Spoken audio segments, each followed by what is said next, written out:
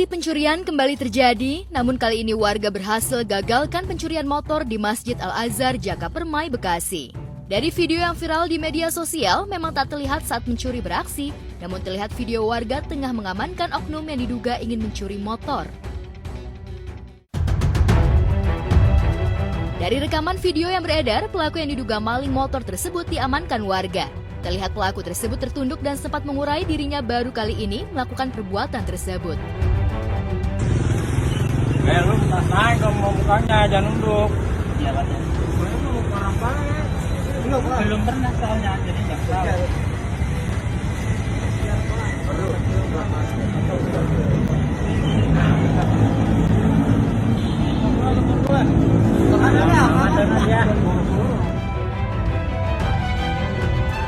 Ini sangat positif pastinya ya, karena warga masyarakat sekarang ini kan sudah lebih aware gara-gara banyak viral ya.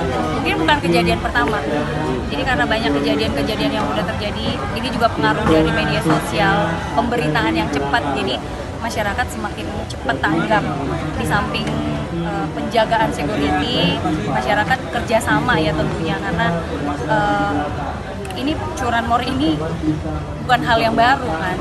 Jadi saat ada yang aneh, mungkin hal-hal yang atau orang-orang yang mencurigakan, masyarakat udah pasti lebih tanggap dan lebih respon. Ini sangat positif. Untuk masyarakat harus lebih peka sama lingkungannya. Buat orang-orang yang nggak dikenal mungkin bisa langsung tegur sapa, karena pasti mereka akan dibutuhkan. Kalau misalkan kita nggak kenal orang itu di sekitar kita biasanya ada, terus tiba-tiba ada, ya ada baiknya ditegur supaya menghindari hal-hal yang tidak diinginkan. Ya, video unggahan Instagram @bekasi.terkini tersebut sontak dibanjiri beragam komentar netizen.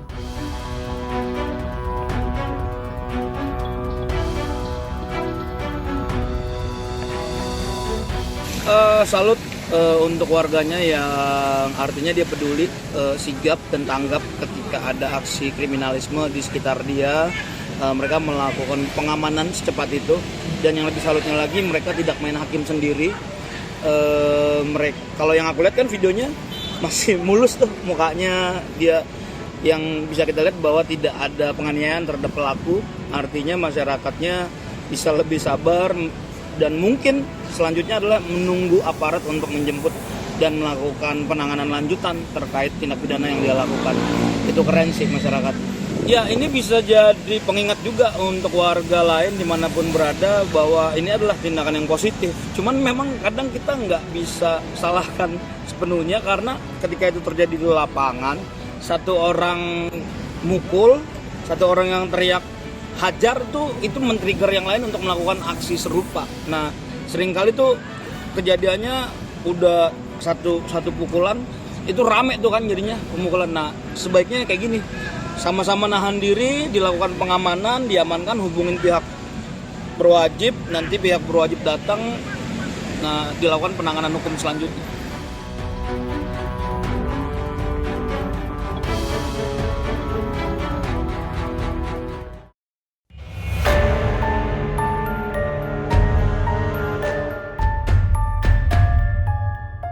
Di tempat terpisah, Atta Halilintar yang baru saja pulang ke rumah usai menjalani operasi dan menjalani opname harus kembali menerima kabar tak mengenakan.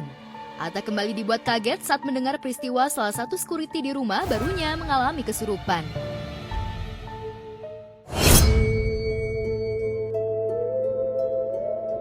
Ini aku baru pulang dari rumah sakit. Tiba-tiba security kita yang di bawah kesurupan.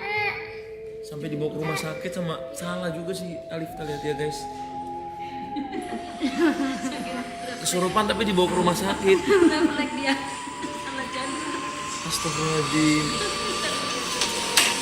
Parah guys. Ini lama loh. Jadi pas tadi kan Gemi datang ke sini. Pas Gemi di atas, kita nggak tahu, disangka tadi dibawa sakit. Dibawa ke rumah sakit, ternyata kesurupan. Ya, rumah baru YouTuber ternama tersebut kian hari kian misterius.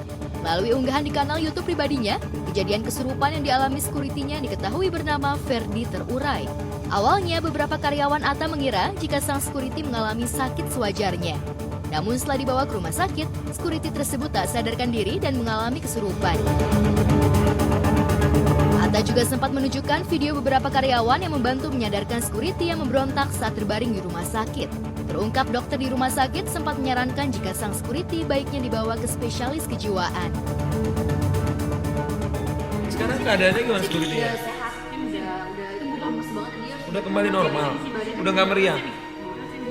Makan tadi lagi itu kan aku ngasih metode Udah nggak demam? Dok, coba boleh dicek lagi enggak gitu kan. Terus saturasinya jadi turun, panasnya juga jadi turun. Udah nggak panas gara-gara lagi. kesurupan. Kalau dokter malah menyarankan untuk dipindahin ke rumah sakit yang khusus ada dokter kejiwaan. Lewat cerita karyawan lainnya, sang security merasa ada yang menghantam dari belakang sebelum adanya kejadian kesurupan. Aku harus panggil security yang tadi kesurupan deh. Karena menurutku bahaya. Habis makan ya guys, nanti kita panggil. Aduh, aku aja nggak bisa gerak. Aku kaget dibawa dia sampai ke rumah sakit. Maksudnya kalau sakit mah masukin ke rumah sakit aja, Lifta. Kenapa ya tiba-tiba sangkain saya tuh udah habis rukiah kemarin nggak ada yang kesurupan.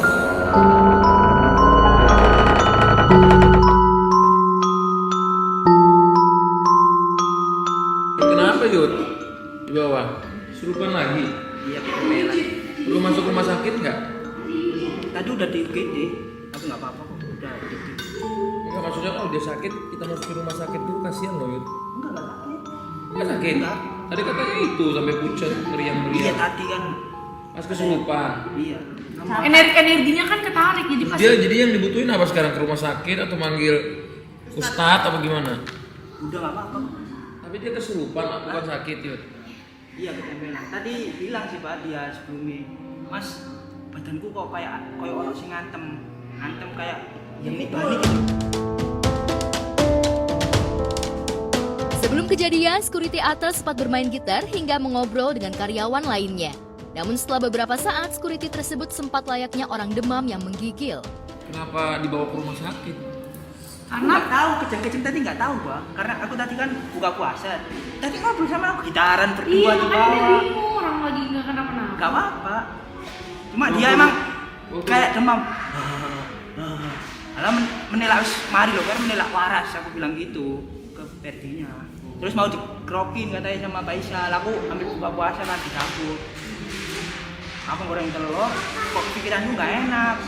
Mbak Lulu itu goreng telur kok tidur turu lah apa kon itu? Enggak Mbak Lulu. Terus aku keluar itu habis buka keluar nanya Tisna. Loh Ferdi nanti Tis Ferdi kemana? Gitu kan. Jadi kejang-kejang Mas. Tapi bisa jalan nggak? Nggak bisa dibopong. Saya ayo anterin ke rumah sakit ayo cepet. Karena Yuda nyetirin. Iya. Apa Dio? Oh kan Dio? Dia yang bawa Ferdi. Nggak kuat katanya Pak, berapa orang gitu. Kalau menurut saya deh, mending dicariin tempat lah biar di sini. Hingga karyawan lainnya sempat mengira jika security sakit demam hingga dilarikan ke rumah sakit. Itu aneh sih. Soalnya gua sama Hilman lagi duduknya di sini. Enggak, gue keluar dulu dong. Emang iya? Kan gue keluar terus gue bilang, "Tak, itu apa namanya Ferdi sambil iniin dong." Oh iya. Namanya- Yang pertama ya? Iya, yang pertama. Ferdi sakit, belum sakit lagi. Karena ini nih apa namanya udah panas tinggi gitu. Iya, emang posisinya pas di pos itu udah jaketan gitu loh, udah jaketan sudah yang kayak gitu. Terus ayo Pak ke klinik, saya anterin gitu. Terus dia malah ngomong kayak nggak usah Mbak, nggak usah gitu. Tiba-tiba Pak Tisna masuk dengan ngejelasin yang nggak jelas gitu kan, terus dibawa sama Hilman. Dia Tisna tuh masuk gini nih, masuk set. Mbak, itu Ferdi, kenapa Tis? udah lihat dulu deh Mbak Gue gitu. bilang, udah tak langsung bawa rumah sakit, kan gue udah bilang, bawa rumah sakit paksa begitu. Ya udah pas ke pos depan posisinya udah udah tiduran gitu Udah sambil tiduran, diituin sama Pak sambil- Faisal. iya, sama Faisal Niatnya mau dikrokin sebenarnya sama Faisal karena dianya udah yang gini-gini, udah gemeter. Gak beres nih. Matanya juga udah Matanya ke udah kosong. arah yang ke pos Pos. security gitu, kaca pos security. Mau di rumah sakit, masuk ke mobil, itu yang gotong kan si Faisal ya. Faisal Sama lu. sama gua. Nah, waktu kaki mau gua lurusin ke samping, dia langsung melotot gitu lagi ke arah apa namanya? Kaca depan mobil. Kaca depan mobil. Enggak, itu posisinya ke arah pos, masih di pos karena pos. kita mobilnya masih di depan kan. Iya, ke arah pos itu. Ya udah sampai akhirnya jalan ke rumah sakit. Itu selama di jalan juga tuh dia udah ngeliatin kaca depan mobil mulu kan. Nah, terus di situ gue bingung. Kayak, "Yo," gue bilang gitu, "Yo, ini serius mau dibawa ke rumah sakit." Takutnya kalau dibawa ke rumah sakit ya rumah sakit gak bisa nanganin, paham gak sih kalau yang kesurupan-kesurupan kayak gitu. Ya, pas segala macam bawa ke IGD.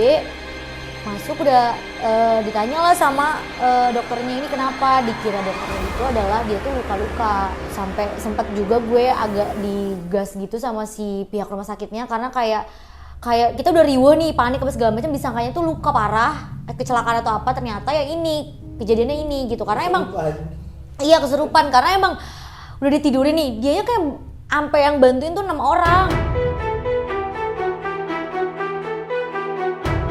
Ya mungkin akan ada lagi karena kan menurutku kata ustadznya sih nggak bisa sekali ya. Jadi mungkin nanti karena ini kita baru masuk, kalau bisa ya nanti minggu depan lagi gitu. Kalau aku tuh orangnya nggak terlalu sensitif sama yang gitu-gitu, tapi kurang gitu. Tapi jadi ada mbak aku itu, Mbak Lulu, dia waktu di rumah yang lama dia sering ngelihat bayangan-bayangan hitam naik tangga gitu katanya.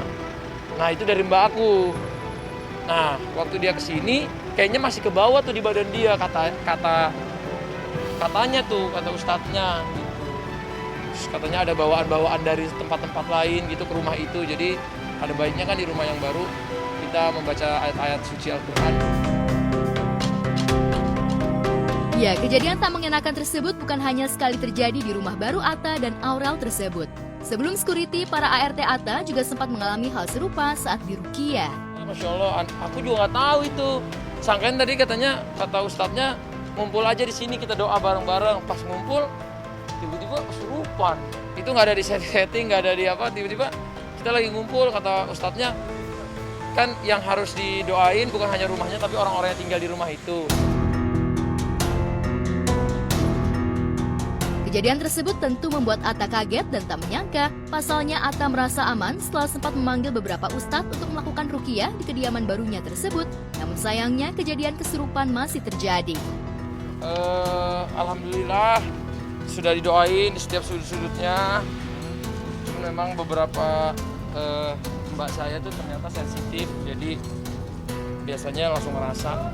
Bukan hanya di rumah ini, dari di rumah yang lama juga udah ada yang kesurupan gitu. Jadi pas kemarin kita ruqyah doa besar-besaran, alhamdulillah dapat ustadz yang ada waktunya juga, membawa banyak timnya, mengazankan seluruh isi rumah. Masya Allah, semoga jadi awal yang baik untuk kedepannya. Kalau didoa-doain sih bagus ya. Nih ya, aku baca ya. Aku tuh banyak disarankan sama orang-orang hebat. Nah, ada memasuki rumah, ya kan? Laungkan azan, membaca surah Al-Baqarah, banyakkan sholat dan membaca Al-Quran, baca surah Yasin, Al-Fatihah dan Al-Ikhlas, masuk rumah dengan langkah kaki kanan. Ini sih yang dibaca kemarin. Ini kan ada tata caranya. Jadi sebenarnya bukan ruqyah banget sih, lebih ke baca Al-Quran gitu-gitu, baca Al-Baqarah, baca Al-Fatihah, baca Yasin, Al-Ikhlas. Cuman kan kesannya kayak gimana banget karena yang datang kan ustadz gitu kan. Karena kan kalau baca sendiri ilmu agamaku nggak sebaik itu. Jadi walaupun aku pribadi baca tapi minta bantuan juga.